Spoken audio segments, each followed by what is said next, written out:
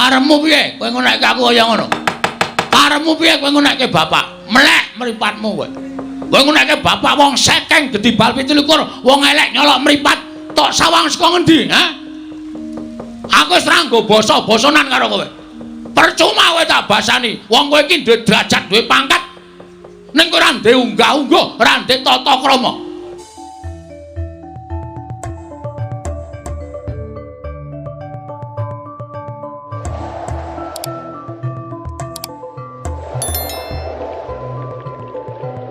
Petruk sowan mon regani Ngamarta, Panakawan Petruk. Lha iya, pun Kakang ya wis weruh.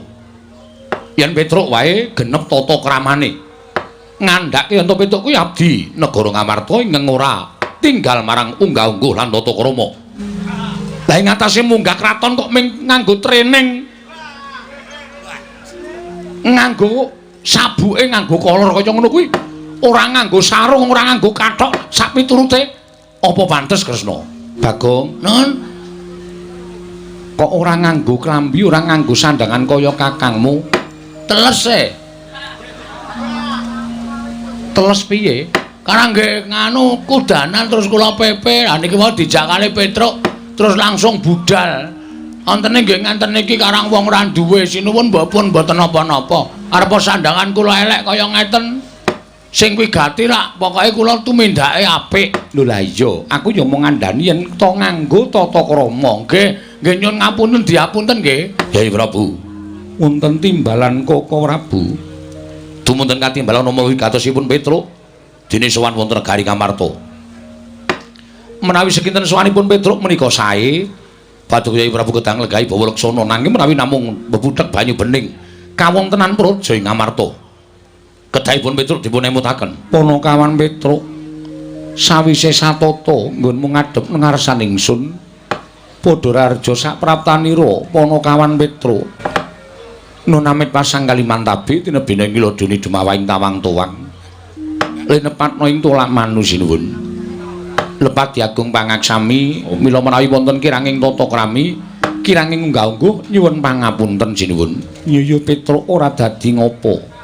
Wilujeng sowan kula bekti kula kunjuk Panakawan ndak tampa pangestuku tampanana kula pundi nggo jimat paripe dayana ing kasantosan Panakawan Bagong padha raharja sak praptamu pangestunipun sinuwun Prabu Darma Kusuma wilujeng bekti kula kunjuk sinuwun. Iya Bagong ndak tampa pangestuku tampanana kula pundi nggo jimat paripe dayana ing kasantosan paring pangestu paduka amawa ana kabagyaning gesang kula. Panakawan Bagong padha raharja sinuwun Darawati wilujeng bekti kula kunjuk nggih Den. Iya Bagong. Pangestuku tampanana Panakawan. Kula pundi nggo jimat paripe dayana ing kasantosan. Petruk kanthong bolong padha raharja sak praptamu. Sinuwun Darawati wilujeng bekti kula kunjuk. Pangestuku tampanana Petruk. Lho niki kula pundi nggo jimat paripe. Bagong padha raharja sak praptamu. Pangestunipun Ndara Baladewa wilujeng bekti kula kunjuk. Yo. Prayogana. Nun nggih sampun boten kirang prayogi. Panakawan Petruk padha raharja sak praptamu. Pangestunipun Ndara Baladewa wilujeng bekti kula kunjuk. Yo tak tampa pangestuku tampanana.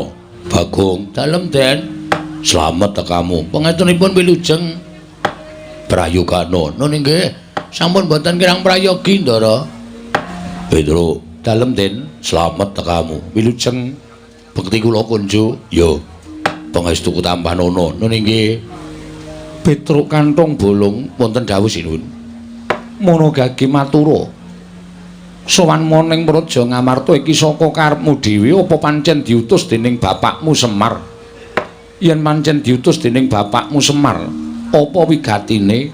Namung sadèrèngipun kula matur kepareng kula ngaturaken tebah Siti Sekul binunteling ngron klapa. Apurenta mbok bilih wonten lepat kula anggen kula munjuk atur sapa Paduka Sang Nata. Menawi wonten cewek ing ngatur diagung pangaksami jer kula menika namung Panakawan, kula menika namung batur. Kula menika namung kawula. Mila menawi wonten duna dungkap kiranging tata krami Subasita langunggah-ungguh kula nyuwun pangaksami. Estunipun ngaten sinuwun, sowan kula menika mboten saking kajengan kula piyambak. Namung kula menika dapur dipun utus dening Bapak Semar. Lan mugi dados ing kawuningan Sampun wonten kinten-kinten setunggal candra menika bapak niku saben dinten niku ming mogok-mogok teng ngajeng griya mboten mubah mboten musik monggo pendak ditakoni ora tau wangsulan bapak niku nek kula sawang kaya nelongso atine mula suwe-suwe kula kalih Gareng kalih Bagong tumuli sowan ngersaning bapak nanjeke apa to wigatine nek bapakku ndek kekarepan saiki bapak paringa pangandikan karo anak-anak merga sing jeneng wong urip ning alam padang ki cakra manggilingan. Biyen aku karo Gareng karo Bagong tok gula wentah. Ning bareng saiki anak wis padha mentas, anak kuwi duwe kewajiban mituruti kekarepaning wong tuwa. Terus paring pangandikan kali kula kali Bagong. Ngene le. Jane aku meneng wae iki ora kok perkara aku mikir kahananku dhewe ora. Luwih-luwih aku mikir kulawargaku, mikir-mikir anak-anakku ora. Wong anak-anakku ya wis mentas kabeh. Ning kowe ngerti, nuwun sewu lho kula menika ngoko merga kula nirokke suwantene bapak. Ning kowe ngerti Semar urip ana ing alam padang kuwi merga aku gelem didapuk dadi menungso. Nek aku biyen gelem dadi dewa, mestine uripku ora kaya ngene iki ning gandeng aku ki gandrung karo katentreman, gandrung karo kerukunan. Mula tinimbane aku dadi dewa ning Suralaya luwung aku dadi titah minangka pamomong. Duwe kewajiban momong para satriya ing ngateteken ati suci pepayung budi rahayu. Ning aku rumangsa seneng momong sing gawe tentrem atiku ning sing gawe kabagyaning uripku nalika aku momong marang para Pandhawa. Sebab Pandhawa ki pepethinganing para titah, pepethinganing para satriya sing ngateteken ati suci pepayung budi rahayu. Nggonku momong para Pandhawa tak ati-ati supaya besok Pandhawa ki dewasane dadi musti kaning para satriya. Ngamarta sing dilenggahin para Pandhawa kuwi mujudake negara ingkang adil, makmur, warata, tias bagya mulya. Kawula uripe padha ayem tentrem matsinamatan daya dinayan, tunggal cipta rasa karsa lan karyane. Mula ngamarta jaman semono kondhang negara ingkang panjang punjung kalukengrat ing bab apa-apane mesti kabeh padha meri marang negara Ngamarta. Ning kok saiki ora kaya ngene ya, Truk. Kula terus matur, "Lah pripun, Pak? Ngamarta ki kok adoh sungsate karo biyen. Biyen kondhang negara kebak katentreman, biyen kondhang negara kebak karukunan, ning saiki tontonen kawula Ngamarta sithik mboko sithik padha tetel kapercayane marang hukum, kek kawula ingkang padha nggudel bingung numbuk bentus nggugu sakarepe dhewe. Sawangan kabar sumebar ngendi-endi regejegan, ngendi-endi padha bentak sirah. Malah ngendi-endi ana paten pinaten mung perkara bab ingkang sepele. Kanan sing kaya ngene iki kok aku miris, Truk. Nek kanan kaya ngene iki tak nengke wae, Ngamarta kuwi ora nganti sak siliring bawang, sak umuring jagung, sak uruping damar, mesti negara Ngamarta bakal rubuh remuk bubuk dadi rempon. Lah apa to sebabe kawulane kok rumangsa ora tentrem? Merga ana jarak ing antaraning kawula lan Ratu Gustine. Ratu Gustine ora gelem nyaket kanang para kawula. Kawulane ora percaya karo Ratu Gustine. Papan-papan panembah ora padha diparani, sing diparani papan-papan maksiat. Mula Ngamarta saiki lagi tak arani anjlok morale para kawula. Merga wis ora ngerti rasa kamanungsan, wekasan akeh regejegan, akeh sing padha nggunakake hukum rimba. Mongko lali yen to melu sawijining negara ingkang duwe pernatan hukum ingkang wajib diugemi. Anan sing kaya ngene iki arep tak dandani, Truk. Bapak ngendika ngoten.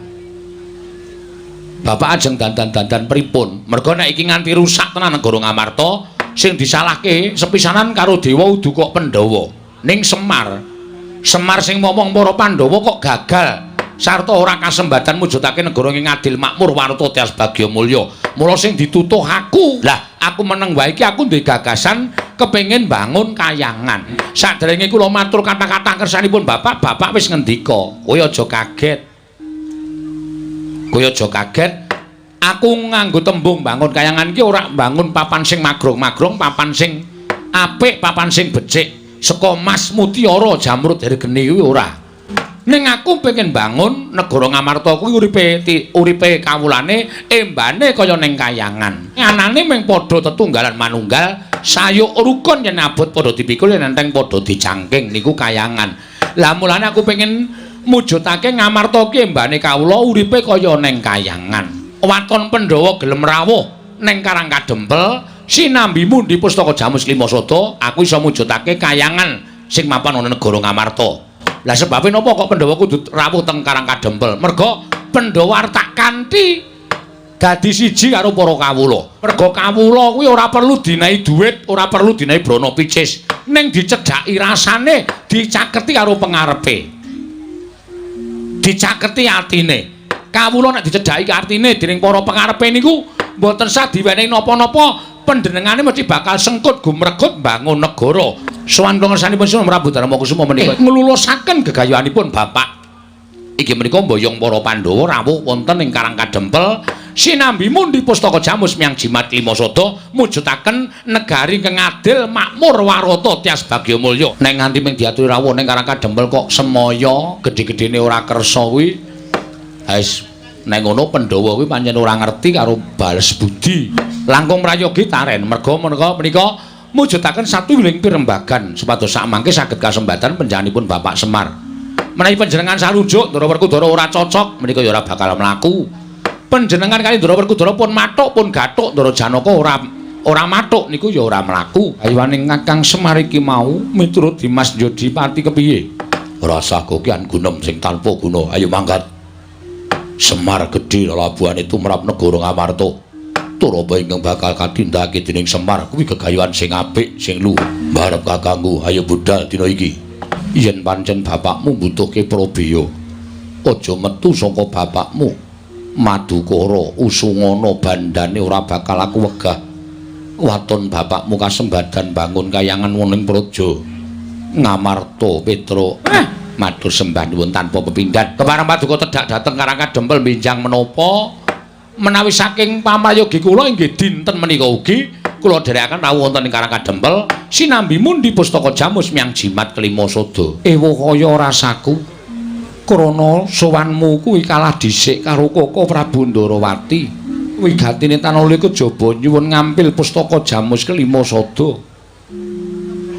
Nyuwun ngampil Pustaka Jamus Klimasada? Iya, Ndarawati ketaman pegebluk bisane waluya. Yen to tinumbalan Pustaka Jamus Klimasada mongko rawuh luwih dhisik tinimbang sowanmu.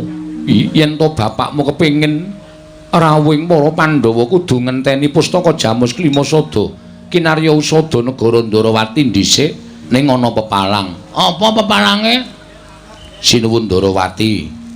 Sinuwun Ndarawati ngapa? Rawuh mrene rak. Sinuwun Ndarawati iki minangka kadang werdane para Pandhawa. Gosek Sinuwun Ndarawati iki ya duwe karep, duwe sedya. Sedyane nyuwun ngambil Pustaka Jamus Klimasada. Ndarawati ketaman pegebluk bisane waluya nirmala temah jati yen to tinumbalan Pustaka Jamus Myang Jimat Klimasada. Mula awake dhewe saiki ora iso piye-piye anane ming nimpa bali matur karo bapak. Sik, aja kesusu. Aja kesusu piye? Kene aku sak sik matur, gentenan. Nuwun sewu sinuwun. Iya Bagong eneng apa? Ajeng nyuwun prisa. Arep takon apa? Sinuwun Ndarawati nyuwun ngambil Pustaka Jamus Klimasada kangge menapa? Dinggo tumbal wadaling praja ing Ndarawati. Ingkang wigati bakal kinarya tumbal wadaling praja Bagong kena pagebluk. Akeh kawula ingkang esuk lara sore mati, sore lara esuk ketiwasan Bagong. Sira arep matur apa Bagong? Namung atur keterangan. Iya, matur keterangan sing kepiye? Nuwun sewu nggih. Pegebluk utawa welaking Jawata. Niku nuwun sewu, niku diparingke sing gawe urip dhateng papan sing pancen menungsane niku ora iso dikandhani. Tegese kon manembah ora gelem manembah, kon tumindak apik ora gelem tumindak apik. Nah, sakniki kula aturi metung sinuwun. Nalendra Lenggah Siniwaka menika nuwun sewu sampun ngantos gampil gugu dhateng aturipun sinten kemawon. Mboten mawas menapa menika pepunden, mboten mawas menapa menika Nayaka lan Punggawa kudu dipetung nganggo nalar sing ganep. Ngestina niku sing dadi Ratu Prabu Duryudana. Sak urawane teng mriku enten Sengkuni, teng mriku enten Durna. Niku menungsa pendak dina do gawe dosa. Kok ayem-ayem mawon, kok tentrem-tentrem mawon. Terus saniki kula tak nyuwun pirsa karo sampeyan. Negara sing ratune Titis Dewa niku negari pundi? Negara Ndarawati. Ratune Titis Dewa niku negara Ndarawati. Saiki negara sing ratune ratu lumrah, ora Titis Dewa, ora Ketaman Pegebluk. Kok negara sing ketunggon ratu Titis Dewa kok Ketaman Pegebluk niku nuwun sewu. Napa ketemu nalar? Enten mriki niki panjenengan niku aja gampang percaya. Ratu niku nek gampang percaya morat-marit negarane. Nuwun sewu. Jaman sak mangke menika aja percaya karo wong sing paling cedhak kali panjenengan, aja percaya karo kanca sampeyan. Nuwun sewu rencang sampeyan. Merga ana tetembungan kedung jero iso dijajaki ning atine menungsa sapa sing ngerti. Oke sing kanca tegel karo kanca, sedulur tegel karo sedulure dhewe merga mung kepengin kedurungan derajat pangkat. Saniki pertanyaannya, ya nek iki Kresna tenan, nek udu ayo. Pustaka Jamus Klimasada digawa nata Ndarawati, digawa teng negara Ndarawati. Dienggo tumbal niku apik-apike mung dipendhem. Monggo dipendhem niku ora bakal bali meneh. Monggo Pustaka Jamus Klimasada menika panggesanganipun para kawula sak negara Ngamarta. Monggo pusaka wis kebaca dadekke tumbal. Sampeyan wis ora duwe pusaka Jamus Klimasada. Wong sing ora seneng karo Pandhawa, gawe cilakaning Pandhawa gampang. Goleki Kresna sing gawa wis ora ana. Merga nuwun sewu, niki mung gaweane wong. Ning nek Semar niku karepe Pandhawa rawuh 5 cacahe teng Karang Kadempel. Ora ndek niat napa-napa. Pandhawa ora pisah karo Pustaka Jamus Klimasada. Ning nek pusaka mang paringke sinuwun Ndarawati menggo tumbal wis ta yakin ora mulih pusaka. Saniki ngeten sinuwun. Niku terserah sampeyan. Ajeng mang paringke sinuwun Ndarawati napa kula kalih Petruk niku monggo. Kula aturi gatosaken aturipun Bagong. Mang petang-petang teng penggalih panjenengan. Bener sapa? Ngoten. Ning ngene niku nek diparingke Kresna menggo tumbal, nek diparingke Bagong ora pisah karo para Pandhawa prapteng Karang Kadempel. Nek nganti niki panjal maning menungsa sing niate menghargai rusak negara Ngamarta terus nyilih nyewa sandangan wayang wong wujude Kresna mengargo apus-apus. Wah, sampean cilaka. Kono kan Bagong. Wonten dawuh. Aku tak takon karo kowe gage wangsul ngopi takonku ane pertitis. Derajatmu ya apa? Derajatmu ya apa? Batur, kok ngene kok ratu. Nggih batur ya apa ana kawan. Ing atase derajatmu ki wing batur kok dilangap-langap ucap mundur wili kaya grojokan. Kowe wani nyes Maranata Ndarawati kuwi adikku lanang. Sewu kula niku mboten ajeng wantun, kula niku mung nglereske. Kula niku mung benerke, ning cocok mboten. Nek Pustaka Jamus Klimasada niku ajeng dibeta teng Ndarawati nggo tumbal niku mung dipendhem. Kula ngemutke sinuwun Prabu Darmakusuma aja nganti gampang maringake Pustaka Jamus Klimasada. Napa kula ngenten iki salah? Salah kula nggih napa? Kowe salah ora nyawang karo derajatmu. Kowe karo aku ki padha, Mas. Sing bedake mung derajat karo pangkat. Ngoten. Nek di mata Tuhan kita itu sama. Kan aja gagas kaya ngene iki, aja ngunekke kawula sing elek kaya ngene iki, aja ngunekke kawula sing ringkih kaya ngene iki. Sampeyan iso dadi ratu niku mergo tak coblos rai sampeyan. Amane ngunanake karo Bagong kleru. Napa kula kluput? Kula ngemutke ratu Gusti kula. Napa kula kleru? Kula ngemutke ratu Gusti kula. Prabu Puntadewa niku ratu Gusti kula. Nek ratu Gusti kula enten napa-napa nganti cilik lara gedhe mboten wonten terus sing mbayari kula ben sasi sapa? Kula takon karo sampean. Sapa-sapa arep digetak, sapa-sapa arep digetak. Dume dadi ratu galak. Tangga iki kowe saiki ayo. Muni ya. Ombo-ombonan cangkem. Ombo cangkemku kasih. Sing tau nek kowe meneng wae kok kakangne nesu-nesui ngopo? Mergo aku tresna karo adikku lanang. Kowe wani ngilani jadane Kyai Prabu Ndarawati padha karo kowe wani karo Nata Mandura Prabu Baladewa. Kowe ngila karo kahananmu. Ing atase Semar arep bangun kayangan. Semar ki derajate apa? Aku tak takon kok wani bangun kayangan. Sampeyan karo apa dadi Nalendra? Nek karo para kawula ngajenono. Kowe aja gleleng dadi ratu kowe. Kowe aja gaya dume lungguh kursi sing dhuwur. Neng aku nek gelem nglumpukke masyarakat tak jak demo telung kejeping paningal rubuh saka kursimu kowe. Gaya sembodo. Biyen sampeyan ling mbeseli aku pira? Karo tok janjen-janjeni kene iki sesuk tak bangun aspal tak aspal kene susah tak cor kene iso tak naik toilet kabeh ya ming telek nek magang ki kaya janjine kaya dara kekalangane nek wis dadi lali micek mripate arep pripun kula lajeng takon ngejak apa sampean saiki bali piye ora samboyong Pandhawa bali nganti aku iku nesu ana para kawan tak glandang tenggala kowe mati salah mati uripe Bagong ora ning tangane Baladewa apa kowe punane sing gawe urip apa piye uripe manungsa ki ora gumantung karo kahanan apa wae ning gumantung karo sing gawe urip arep sampean duwe nenggala ngampuing pusaka ampuing ngaji-aji menika nek diridhoi karo Allah Subhanahu wa taala ya jalo piye tokno nek ora percaya nek iso mlebu nang wetenge Bagong berarti aku dipesthekke mati saka tangane Prabu Baladewa. Nek nek Bagong ditamani nenggala ora apa-apa, kewirangan kowe. bol Lho, wah. Ngono kowe ora di karo Baladewa. Ora mboten wedi karo sampean. Parap maresmaning jajalan. Yen ngono cetha kowe wani karo Baladewa. Cetha kowe wani karo Baladewa. Wis kowe saiki bali kono karo bapakmu. Bapakmu iki kon eling, bapakmu iki kon mulat karo kahanane. Bapakmu ki wong sekeng, bapakmu ki wong ora duwe. Kok arep bangun kayangan iki gablek apa? Mbok kon ngilo karo cengele. Mbok kon ngilo karo kahanane. Bapakmu ki wong melarat kok bangun kayangan ki ora ndelok karo kahanane bapakmu kuwi. Tru, iki wis kelewat ukuran menungsa iki. Sing dinyak udu aku neh ning Babe Semar. Bapak ki wong sing paling tak hormati, Tru. Piyai sapa ngendikake bapak ki tangan tengene sing gawe urip.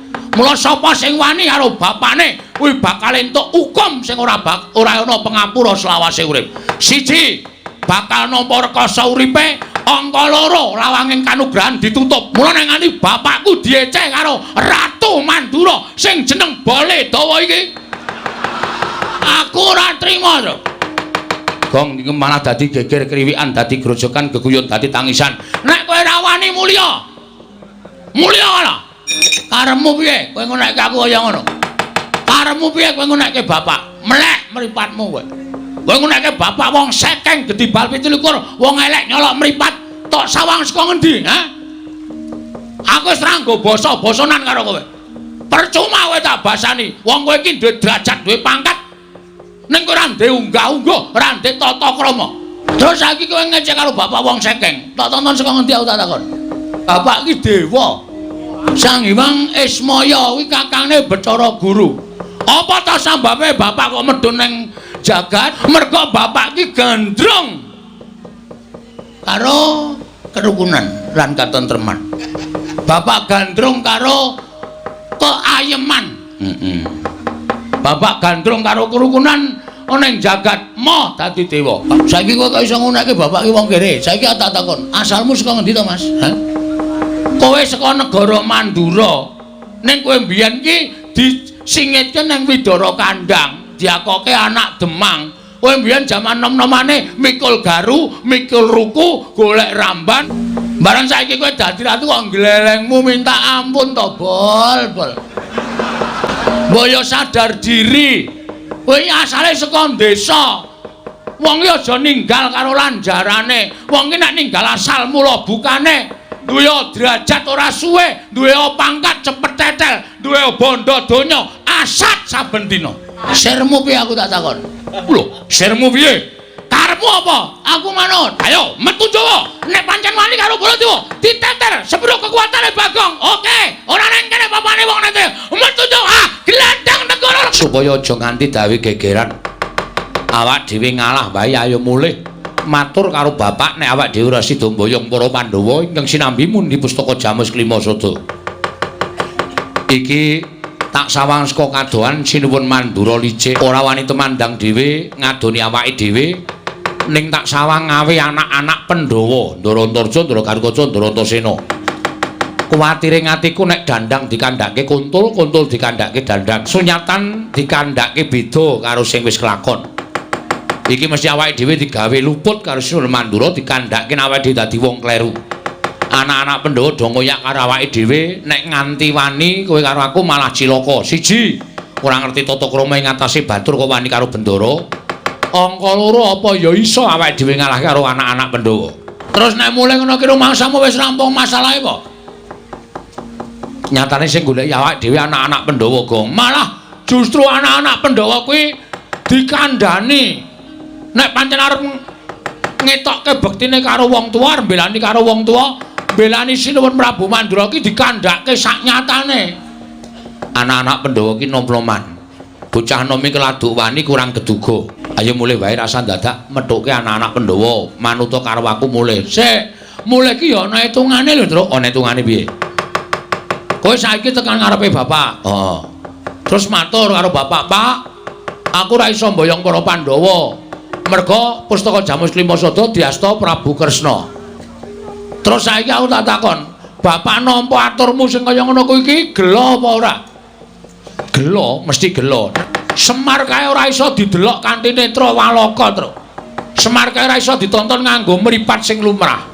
Semar ki nangis durung karuan atine sedih, Semar ki guyu durung karuan atine seneng. Nek tok nganti tok lapori, "Pak, aku ora iso mboyong para Pandhawa." Semar meng mesem ning atine keloro-loro. Terus gelo atine bapak ki dingu nganti tekan bapak ora ana. Ayo bayangno. Kowe anak sing durhaka kowe. Luwe becik mati mbangane kowe urip ora iso ngabekti karo wong tuwa. Ngono ya, Le. Ana cara aku, Truk, mulih wirang ning nang kene bakal tekani pati. Aku trima nang kene. Mergo hitung aku wirang karo mati nek aku milih mati. Nek mati wis karunane ora ngrasake apa-apa. Ora weruh kahanan, ora weruh lelakon, ora ditagih utang. Tentrem malah uripe. Ngono ya, Le. Nek ngono piye miturut kowe? Maju terus. Pantang mundur. Mung suwe anak-anak Pandhawa. Justru kuwi bocah wingi sore kok kowe kalarut. Bayu wingi sore ta, Truk? Wah, ora sembodo kalau le menyang mau, Gong. Pokoke nek ana apa-apa tanggung wong loro. Saiki kowe tak pikir, mulih wirang ning nang kene mati. Wong mati ki rak mung 3 perkara ta, Truk? Apa wae? Mati utama, mati madya, mati nista. Oh, matine wong labuh bener. Labuh agama, labuh nusa bangsa, labuh wong tuwa, mongko wong tuane bener ki mati utama. Kowe modar petuk malaikat lebokke swarga. Mati madya disangkani saka lara. Kuwi swarga apa neraka dipetung dosamu. Nek akeh dosane cemplung neraka, nek akeh apike cemplung swarga. Mati nista, matine wong lalu.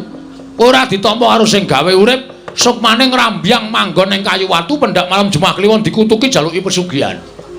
Nek kowe wani ngadepi anak-anak Pandhawa, matimu mati utama. Wenehi kunci swarga karo sing gawe urip. Carane membangkitkan semangat kowe iki kepiye ta, Truk? Lah nyatane aku nek musuh anak-anak Pandhawa, Ndara Antasena ngantem aku pisan mudar arep nglawan piye. Ngene wae. Saiki ngene. Iku nek ana anak Pandhawa Gatotkaca Antasena Antasena tekan kene, takoni karepe apa? Ya. Menek kira-kira arep mateni karo kowe, ora kena jak rembugan, kowe rasa melu-melu sing nandangi aku. Ing ora omong kosong, ora yakin. Aku serius iki, Truk. Ya. Terus kene ndi? Aku nang mburimu. Kok nek kira-kira Antasena apa Gatotkaca Antasena tekan kene, arep mateni kowe langsung jawel aku tak sikate, Truk. Wah iya. Wah siap-siap kowe nek ketemu sapa wae takonono arep mateni kowe, arep mateni aku jawilen tak ajahe, Truk. Iya. Ndara Antasena. Iya, Truk. Rawuh mriki kok sajake nawung duka enten apa, Den? Panjen kepara nyata, kowe tak takoni ngaku ya, Truk. Nggih, kula mboten ajeng goro kalih pepunden. Jer nyatanipun sampeyan niku bendara kula mboten ajeng goro. Truk kowe tak takoni, nggih. Kowe wani karo Siwa Mandura ya. Aku dikongkon karo Siwa Baladewa kon goleki karo kowe, kon bondo tanganmu ton ngrincung sikilmu. Nek kowe ora gelem, nek kowe bangga aja kelakon dosa, aku yang bakal mula sara karo kowe. Mula mapano tak bondo tanganmu tak krincung sikilmu dina iki, Petro. Kowe wani karo Siwa Mandura padha karo kowe memirang marang pasuryaning para pepunden Pandhawa. Memirang karo anak-anak Pandhawa, kowe abdi sing ora ngerti tata krama. Abdi sing ora ngerti unggah-ungguh. Kowe mirang-mirangke pepunden Pandhawa mongko manuta tak bondo tanganmu tak krincung sikilmu, Petro. Lah terus piye iki? Sik lara tenan iki, lara sak ndur-ndure barang iki, Truk. Apa? Waduh, tekan pulau ngati ya Tru rasane. Jangan omong aja Tru. Iya. Mun wis mari tak gebukane. Iya. Siap lho Nino, siap. Mangke enten. Perkara kula ajeng mangcekel monggo ning nuwun sewu. Sing jeneng wong niku adil-adile nek sampeyan niku nampa pelapuraning Ndara Baladewa ning ya sampeyan nampa atur kula tegese loro-lorone disuwuni keterangan. Nek pun keterangan loro-loro niku pun mlebu teng sampeyan mangsaring sing bener sing pundi sing luput sing pundi.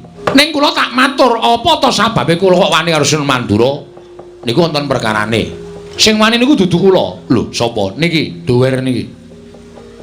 Adik kula niki. Ning sareng kula petung Bagong wani niku merga Bagong belani karo bapak. Kula dikongkon karo Bapak Semar. Yo, dikongkon. Angge dikongkon teng negara Ngamarta, bapak niku ajeng bangun kayangan. Bangun morale para kawula sak negara Ngamarta. Syarate Pandhawa diaturi rawuh teng Karang Kadempel, sinambi mundi pustaka Jamus Miyang Jimat Klimasada. Ning teng riku wonten Sinundrawati Sinuhun Prabu Mandura ngendikake nek kepengin nyuwun ngampil pustaka Jamus Klimasada kinarya tumbal wadaling negara. Negara sing ketunggon Sang Hyang Wisnu kok ketaman pegebluk niku napa? Wonten kelakone. Ning kok negara Ndrawati sing ketunggon dewa kok ketaman pegebluk. Ngoten niku. Terus Sinuhun Mandura duka. Bagong manusmane jajalan Sukertane bawana kowe menungsa ora tatanan. Batore kok wani wangsulan karo Bendara. Sinuhun Mandura ngendika ngenten iki. Bagong kowe bali yo. Kandha karo bapakmu. Bapakku wong sekeng, bapakmu ki wong ra duwe. Bapakmu ki wong melarat. Men gedhi balar bangun payangan ki ngilo karo cengele. Nek ngonekke Petruk ngonekke Bagong ora masalah. Nek tekan bapak kula padha karo kudu mbelani bapak. Saniki kula tak takon, sampeyan tak unekke. Antasena. Kowe anake Werkudara wong dlogak-dlogok ora iso ndodok. Nesu ora? Aku nesu Petruk. Nah padha kula ya nesu. Prabu Baladewa ora nyenggol karo bapak. Tangeh kula ajeng wani karo Prabu Baladewa. Mboten ajeng wani. Sing kula waneni niku sipate, mboten kok Baladewane. Wah. Nek tak hitung-hitung kok bener kowe mbangane Prabu Baladewa, Truk. Lah kene iso menggalih. Bejo kowe rung tak cekel. Nek tak cekel apa aku ra dosa karo kowe. Aku njaluk ngapura ya, Truk. Tiba padha-padha mboten apa-apa. Wis mari, Truk. Lumayan mari iki, Truk. Aman kok waras. Heeh, ora watakku ngono kuwi. Ning terus pripun? Ning kowe aja seneng-seneng. Kok kula entuk seneng-seneng sing tekan kene ora ming aku. Sinten? Kakang Garukaca, Kakang Antarja. Nek aku iso dijak rembugan apik-apik, nek Kakang Garukaca, Kakang Antarja ora iso dijak rembugan. Kowe kudu ngati-ati. Waduh. Berarti niki mengke do tekan niki. Iya, goleki kowe mbondo karo kowe. Waduh. Piye, Gong? Sik migren ndasku, Truk. Gumun. Gumun karo awakmu dhewe kuwi kok ora. Heeh. Ha terus kula kene pripun? Ora usah kuwatir. Ning aku njaluk karo kowe ya, Truk, nggih. Nek kowe dikapak-kapake Kakang Garukaca, kowe aja bales, kowe manut wae. Atene modar. Ngoten. Kula nek dipotro sirahe pripun? Ora usah wedi. Nek kowe lara tak tambani, nek mati tak uripke. Nganggo napa? Ki tak peres metu banyune. Banyu sungut iki iso nggo nambani wong lara, nguripke wong mati. Anu wae kok netel. Ak dhewe sing nggawa malah ora wira-wiri lho. Nek ditetel pripun? Sapa sing aku netel? Bagong. Kene kok kepruke sirahe kene. Iki ki ora pasangan e. Oh tak kira variasi e. Wis ngono ya, Truk. Kowe aja wani. Kowe digapak-gapake manut ning kowe golek acara men Kakang Garukaca wedi karo kowe. Oh siap. Aku tak ambles bumi, nek kowe lara tak tambani, nek mati tak uripke. Kula le nyeluk pripun wong kowe ora iso ambles bumi kok. Bagong kon gendruk lemah ping 3. Oh nggih. Engko aku metu. Oh nggih, siap ya, Gong. Nah aku lara kowe gendruk lemah ping 3. Oke, sampeyan perkara gedruk kok. Ngono ya, Truk. Nggih. Aku tak ambles bumi. Oke. Wis, Gong, pokoke beres awak dhewe bakal ora. Ngopo, Bagong? Ming jajal kok, Mas. Asem ora. Wae dindani nek ini Ndara Garukaca, Gong. Heeh. Mbok kowe ganti sing biasa wae kono, Gong. Sing Bagong biar. Ah, ora. Aku nganggo iki wae sumuk banget ya awane. Adem kaya ngene kok sumuk. Dindane Ndara Garukaca nek tekan kene takoni apa wigatine. Wae ora usah wedi, ku tak gedroke. Ndara Gatotkaca. Iya, Petruk. Enten apa karo awak mriki? Petruk, Nun. Aku tekan kene pancen goleki karo kowe. Nek pun kepanggih, Aku tak takon karo kowe Wangsulana, nggih. Kowe wani karo Sio Mandura ya. Oh nggih. Leres, lha pripun to? Didhawuhi dening Sio Mandura, Gatotkaca golek ana menyang ngendi papane Petruk. Yen ora gelem bali, yen perlu sampurnakno, Petruk wis wani ngino karo wong Mandura. Petruk, nun. Apa iki mbok tindakake kuwi gawe wirange ora punden Pandhawa. Mula Gatotkaca isin duwe abdi kaya kowe. Kowe bali. Nek kula purun wangsul, penak awakmu. Nek mboten purun wangsul, mapano. Pancat pundhakmu tak gembol dasmu dina iki Petruk. Pangandika sampeyan sing keri dhewe niki wau kok teng ati kula rasane lara banget. Nuwun sewu lho Gus, niku wong tuwa. Sampeyan niku ora ana separone umure Petruk. Sampeyan niku ora ana seprapate umure Petruk. Selagine wong tuwa sampeyan Ndara-ndara Pandhawa niku kula sing ngomong, wiwit cilik kula ya ngerti. Dewasane Ndara Pandhawa, Sinuwun Puntadewa, Ndara Werkudara, Ndara Janaka, Ndara Krasdewa niku ora tau nyuwarani elek karo Petruk. Sampeyan mentala ngunekke Petruk, Petruk pancat pundhakmu, tak gembol ndasmu. Kula niku ora tau disuarani elek karo sapa wae. Nek sampeyan pancen mentala mateni Petruk, mang mateni. Lha sadaya tak kokean gunem. Mang pateni mboten apa-apa. Engko mang potol sirah kula. Sampeyan tau tak dadi jedi teng Kawah Candra Timuka. Sing ngetutke sapa? Kula teng pinggir kawah. Nganti sarung kula kobong. Mergo kula ngetutke sampeyan, kula tau njaluk ijol, ora tau. Niki netepi kewajiban kanthi lahir batin. Nek Petruk tumindak kaya ngene ora gelem nampa keterangane Petruk. Kok terus ajeng mentala mateni karo Petruk? Mboten napa-napa. Lho ati kula nek cara sampeyan kaya ngeten iki. Nggo mang pateni kula. Mang pateni pun mang potol.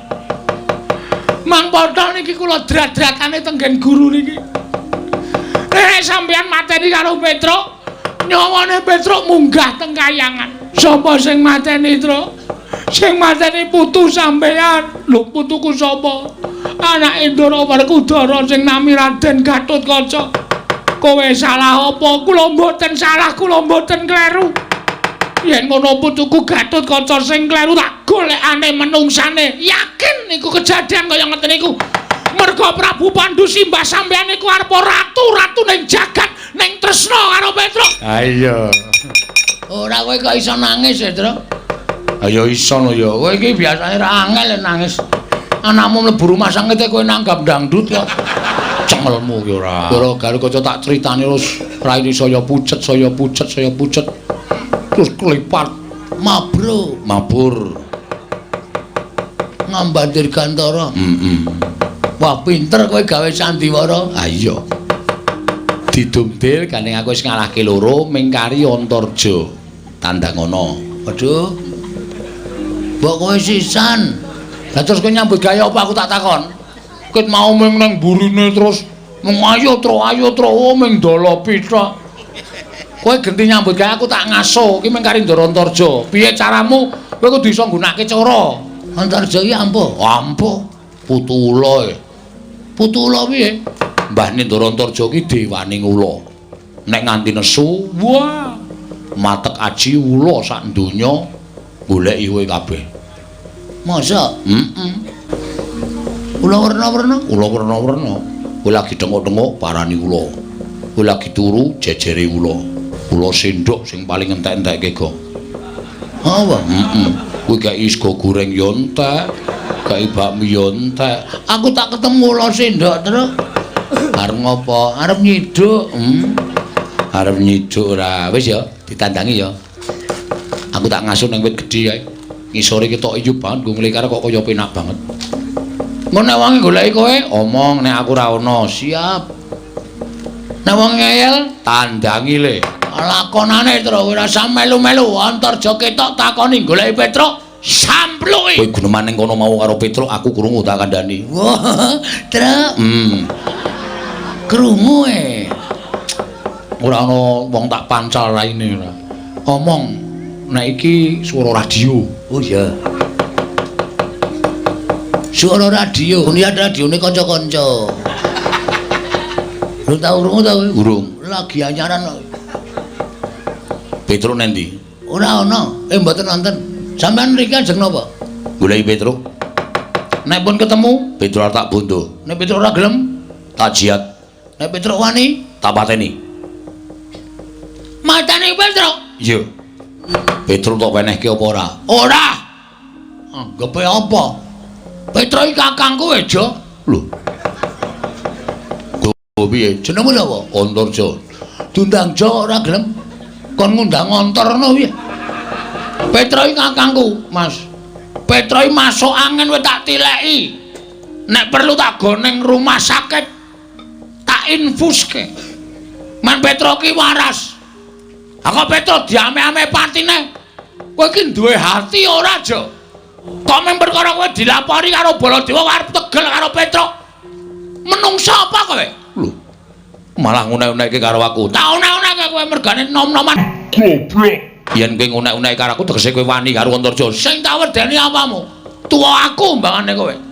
Kowe wani karo aku kowe kualat. Nek aku wani karo kowe wis sak mestine mergo aku wong tuwa ngajari karo Canom. Wiladala. Ora wiladala iki tenanan iki. Ayo ragu ya niki serius iki. Apa mbok anggap aku wedi karo kowe? Ayo ndi takno ulamu. Ora wedi aku, ulamu dawa-dawa jirih-jirih. Ulaku cendhek ning kendele ra sama-sama. Yen ngono kowe wani karo aku sing tak wedeni apamu? Ora minggat sembur mlonyo awakmu. Hargae mlonyo awake Bagong kok. Bagong ki digodhog kowe ora tetel tak kandhani. Kok mung disembur. Kowe ngerti ora? Bagong ki anake sapa, Jo? Bagong ki anake Semar. Semar ki sapa? Semar ki Sang Hyang Ismaya, kae kakangne Bathara Guru.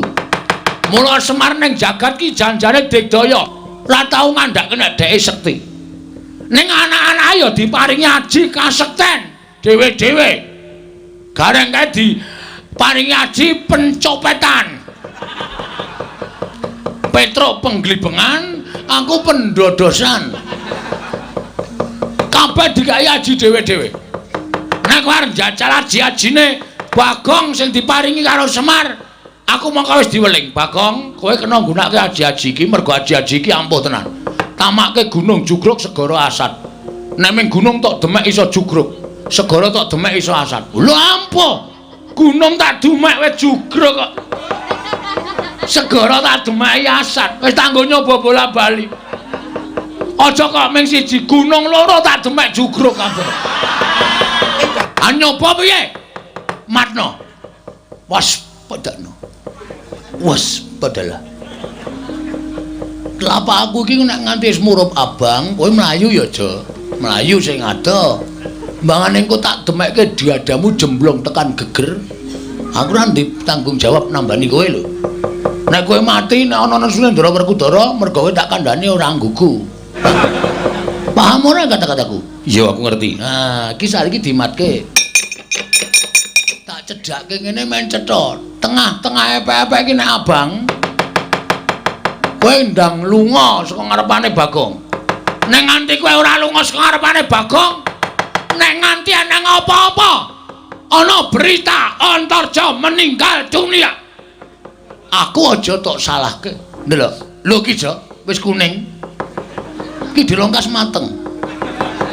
Engko dilongkas abang, nek wis abang tak dumukke dadamu ngono. Mati tenan. Saka kono kaya le bengok-bengok banter banget. Ning ngapusi piye? Tak apusi epek-epekku ki matno, abang apa ora? Kok glelek duwe epek-epek abang barang. Apa tekan sesuk sore ya ora abang-abang. Wong jenenge kowe ngapusi kok. Epek-epekku iso malik tenan tur ning mbok dayane apa? Mripate Antarja saya mendelik terus tamake kowe brubut ngeleng terus. Gong, ana sing joget-joget kae sapa kae? Endi? Kae. Angguk, udu. Kae lho. Kae lho ngono lho kae. Oh, ta. Kae lho sing dhewe kae lho. Wah, Pragota. Heeh. Kae dudu bendara, dudu sapa-sapa truk. Patih Mandura. Nek kira-kira arep nyekel dhewe diajar wong loro. Petruk. Nggih, Ndara Pragota. Ya. Wah. Kae sing burucul klambi sapa Bagong. Wah, setan tenan. Baturan ditata krama nganggo trening abang leteke ra jamak-jamak. Taleni kolor putih kaya awake api-api. Oh. Waduh, glelenge ra jamak-jamak. Wah, lengane ditato ula. Wah, kaya apotek. Aneh-aneh wae. Nek aku ngomatke Bagong ki pancen wong ya lucu tenan. Rupane kaya ngono, ngayale ora jamak.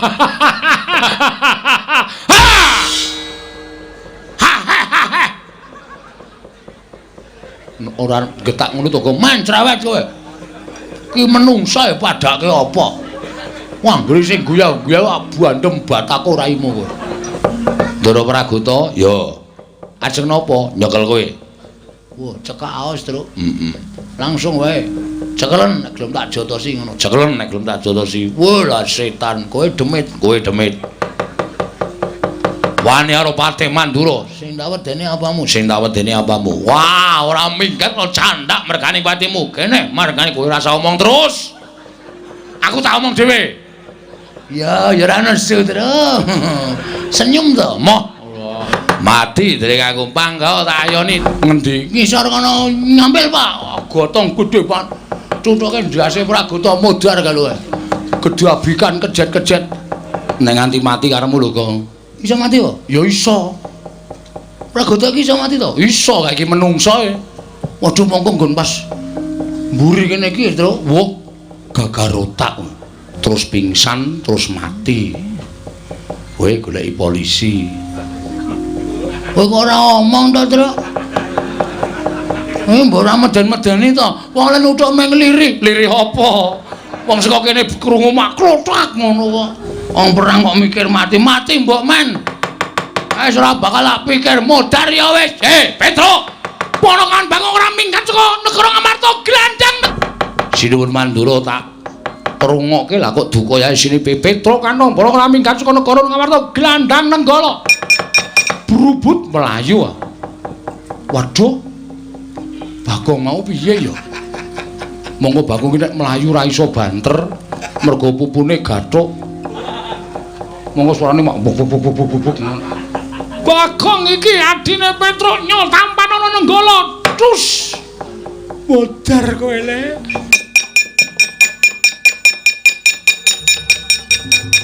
Lho. Iso slamet go. Asem aku ngojek e. Lho. Kaya syukur nek kowe ndek ide ngojek. Kowe klepat melayu aku arep melayu wis ketinggalan adoh. Ana ojek cecek tak cengklaki. Oh, montore Yamaha 75. Ayo. Dadi ming suarane tok sing seru. Wah, mlakune ming 20. Masa ojek diselip Baladewa? Baladewane nyelip bedhiagang ora to aku merem karo ngekep tukange ojek. Slamet yo slamet yo bali yo Kong ayo bali saiki wis wancine bali nek maju modar jare kowe wirang karo mati pilih mati terus ngapa iki ngiso ngalake anak-anak Pandhawa kok bareng kono bantongane metu kok kene bantongane ngejak mulih ora gayeng iki ingat mati utama langsung swarga mergo kowe mbelani bapak. Oh iya ya. Wis malah tentrem ning swarga, Truk. Ngono terus iki piye? Wis rasa wedi, kowe tak sangoni gaman, maju. Asli to aku ora goro. Bapak bangga denganmu. Nek nganti kowe mati, kokot jasadmu tak go mulih karo bapak dipendhem ning Taman Makam Pahlawan. Iki Petruk sing belani karo bapak. Wis dadi Taman Makam, wis dipendhem ning Taman Makam Pahlawan, matimu petuk widodari. Ning elek-elek ya men. Elek-elek ya men. Munggah ning kayangan. Mandi ning swarga, golekno gaman. Golekno gaman. Arep ngopo? Arep maju. Ngono kuwi cah kendel e, mati kok wedi. Apa? Yo, majune terus. Kok bendo? Apa? Milihmu apa omong? Sing nandi iki tenggolo ki ya ganti. Aku memang kurang manut piye ta, Truk? Ya, sewake ngono bakul glugu. Pres wis dadi sewalang-walang. Nek ra aku mati sik. Mulane kowe ndisiki aja keri. Oh iya, titip dompetku. Kekno bojoku ya. Engko nek nganti aku 3 dina ora bali, kon nyelameti 3 dina tekan 1000. Aku mati ngono wae. Oke. Ya. Wis kono maju kono. Ya. Taman iki ya kok. Taman yo gradi cengele Baladewa. Tugel del gulunge caca-caca. Ya. Mutilasi. Ya. Ayo, Amus Ramrata, Jayamrata. Imbang yen padha-padha. Walah dalah.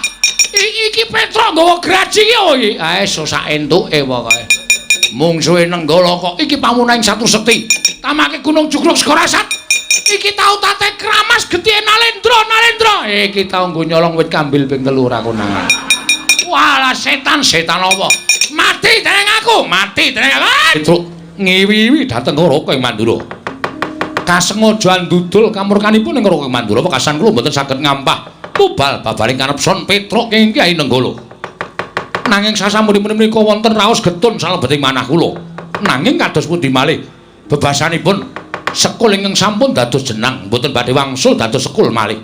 Kula nyuwun pangapunten. Kuwatosing manah kula menawi ngantos sak mangke Kakang Semar ngertos lampan menika tumuli Kakang Semar mboten narimakaken sinten ingkang badhe saged amambengi kamurkanipun Kakang Ngayantaka.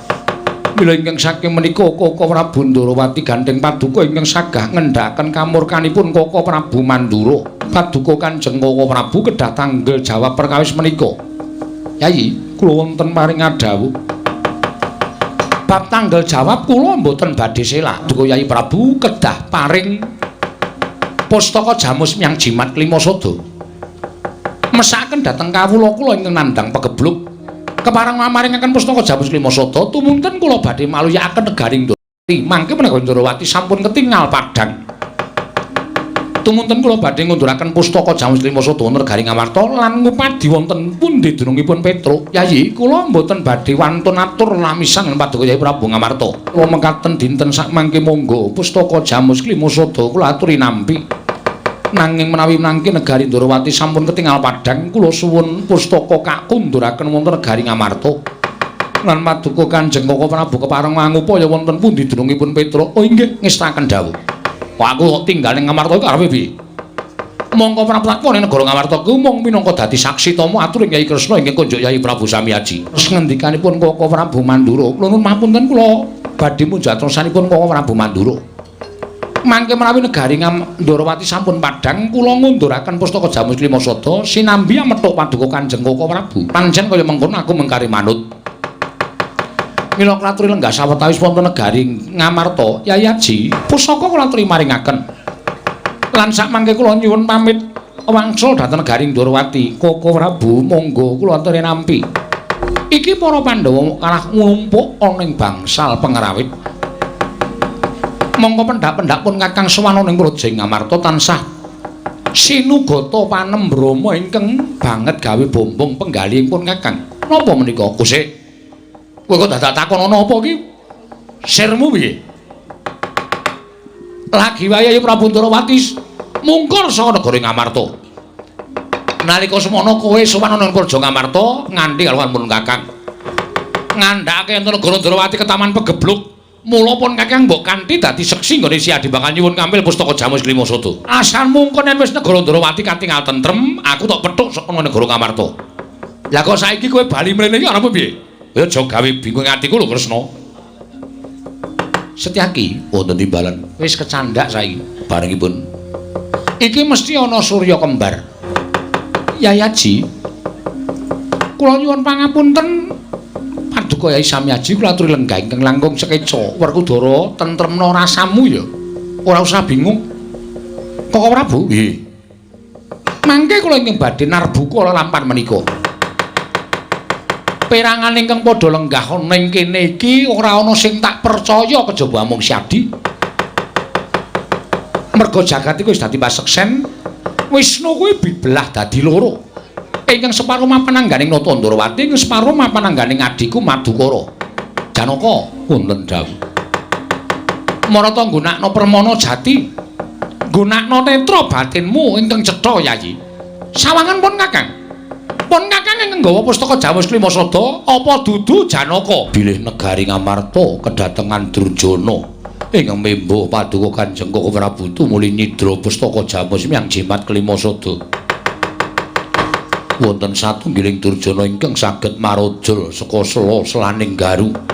nindakaken telik Mangendrajala Koko Prabu. Lah iki terus piye? Lah yen ngono jebul sing nggawa pustaka Jamus Klima Sada mau dudu Yai Kresna. Arjuna seksinipun menapa Koko Prabu badhe tidha-tidha lan aturipun ngadang kula panengah. Ya ora. Ning ra terus le rampung piye kahanane kok dadi kaya ngene? Werkudara ki nggone wong wutuh apa anane? Nadyan kanthi pawadan kowe nggunakake Janaka mbok nutupi awakmu. Nanging Werkudara percaya karo paningalku dhewe. Ilanging pustaka Jamus Klima Sada diboyong dening wujuding Kresna. Mula baline pustaka Jamus ya saka kowe, ora ya saka kowe. Kresna, kula wonten maring adhawuh. Tak pikir-pikir Werkudara ki arep wong mloha ning ucape sarwa bener. Mula aku ya ngertine sing nggawa Ratu Ndarawati wujude Kresna. Yen nganti sira Yai Prabu ora iso nemokake meneh pustaka Jamus Klima Sada, kowe padha karo memirang karo pasuryanipun Kakang. Memirang karo kadangmu tuwa Mandura, Prabu Baladewa, mbok gawe isin negara Ngamarta. Ora iso nemokke aja ngaku dulurku nom, Pak. Dados pundi lampahan menika wis-wis ora dadak digetuni. Saking ngelakon kuwi adile mung dilakoni, inggih. Penandang kuwi adile mung disandang, mbok menawa wis dadi lakoning Nata Ndarawati lan iki wis dadi sandang aku. Tak nggone Janaka ora usah kuwatir. Mungsa diwenehi akal pikiran kuwi dienggo budidaya. Inggih, ora kok menggo wangun-wangun, inggih. Semono uga Janaka tak jaluk sesuk meneh sing tanggap ya Yayi bareng paduka. Semar kuwi samar, kae ora iso digagapi nganggo ya kuwi nalar sing ganep. Mula sejatine iki mau utusan karo Petruk merga Kakang Semar ngerti yen to negara Ngamarta kuwi ketaman mendung. Ora suwe meneh mesti dadi udan. Mula Kakang Semar mbudidaya dadi pepayung ning tinemune Pandhawa ora tanggap. Samengko mendung wis dadi udan, malah wis banjir ana negara Ngamarta bareng paduka. Ayo budal ning Karaka Dempel. Wonten menapa? Nyuwun dawuh Kakang Semar. Lan nyuwun pangapura dene para Pandhawa kurang tanggap. Koko Prabu ngestaken dawuh. Enten apa, Den? Kok sampean rawuh enten Karang Kadempel? Kakang Semar. Mestine Kakang Semar wis antuk ature anakmu si Bagong nggone mbok duta menyang negara Ngamarta, ya kuwi bakal mboyongi marang para Pandhawa. Ah, nggih. Pancen anakku lho Bagong wis crita akeh-akeh. Wekasan Petruk kendang kapracondang kontal kaprapal. Duka tasih urip napa sampun pejah kula piyambak mboten mangertos. Mestine Kakang Semar ora bakal kekilapan yen to satemene ingkang mboyong pustaka Jamus Klima Sada kuwi dudu Nata Ndarawati. Mangke riyen ning blegere sinuwun Kresna. Mula sampean ora usah dadak selak, sampean ora usah dadak kanthi pawadan Ndara Janaka. Semar niku napa sing dumadi katon wonten ing netra nggih niku sing kula percaya. Nek sing nggawa pustaka Jamus Klima Sada sampean. Mula sampean ajeng selak kaya ngapa niki dadi pedamelan sampean balekake pustaka Jamus Klima Sada kalih goleki teng pundi dununge anak kula Petruk. Yen pancen iki kabeh mbok pasrahke marang Kresna, aku ingkang bakal ngupaya menyang didununge pustaka Jamus Jimat Klima Sada. Sartane arep ngangin-angin kabar menyang didununge Petruk. Apa wis tekaning pati apa isih urip? Mengko aku bakal paring ngabar kelawan Kakang Nayataka. Ah, matur nuwun, Den, matur nuwun. Dene sampeyan tanggung jawab perkara lelakon iki. Manginggal budal saking Karang Kadempel ngupaya pustaka Jamus Klima Sada. Arjuna kula wonten paring adhawuh. Ora usah dadak mesgul ati mayuk. Digoleki kanthi lega-legawaning ati. Muga-muga Jawata paring pituduh menyang diduning pustaka Jamus menyang Jimat Klima Sada. Monggo Koko Prabu kula dherekaken Kakang Semar aku nyuwun pamit. Wiwit budal saka negara ing awu-awu langit. Ratu Gustimu aku Prabu Dewaningrat. Ing pangajap sumusul kalawan bapa Penemban Dewa Kahana ing nalika semana ninggal praja ing awu-awu langit saguh bakal nglulusake panjang kaku nggonku dadi ratu ning negara Ngamarta. Nanging nganti tekan dina iki lha kok dadi ora ana kabar kawusanane. Tumuli sira tak kanthi nyabrang segara prapteng tanah Jawa. Lah banjur bakal menyang nggone awake dhewe ngupaya menyang didununging bapa Penemban Dewa Kahana. Sinuwun. Saenipun sampun ngantos kesesa. Ingkang Rama Begawan Dewa Kahana menika pandhita ingkang limpat Pandhita ingkang wasis waskithing ngesti. Bapa menemban Dewa Kahana. Mboten saged dipun raosi dene nembe kemawon kula raosi kalian Patih Dewa Yaksa. Paduka sampun wareng tedhak. Merpeki papan panggenanipun ingkang putra pun Dewaningrat. Anak Prabu, eneng ngopo? Lah kok nganti keroyo-royo nyabrang segara? Apa iki sira anak Prabu ngupaya pun bapa? Inggih, Penemban. Anggen kula kepengin dados narendra wonten negari Ngamarta. Samangke kula badhe nyuwun priksa Penemban. Panjenengan sampun sagah ngupaya keringkianipun para Pandhawa. Samangke kula nyuwun priksa, lajeng keringkianipun Pandhawa menika mapan wonten pundi? Iki pusaka wujud layang druwang putih, mulus putih. Iki ingkang winastan pustaka Jamus Myang Jimat Klima Sada. Nggonku ngimpi-impi kepengin ngrebut pustaka iki. Nganti wis sawetara suwe mapan ana ing Praja Ngamarta. Tumuli aku entuk srana Membanata Ndarawati ingkang tuhu kuwi dadi pengayomaning para Pandhawa. Wekasan Pandhawa ora padha cubriya kelawan aku. Pustaka Jamus Klima Sada diparingake marang aku lan saiki wis ndak asta ning astaning Begawan Dewa Kahana. Ngerti ya Nggir? Pustaka Jamus Klima Sada kuwi panguripaning para Pandhawa. Yen Pandhawa koncatan pustaka Jamus Klima Sada kuwi upama kowe bakal mateni Pandhawa 5 angel mijet wae ngranti suwe banyu sinaring. Pandhawa ora bakal bisa nglawat Dewaningrat.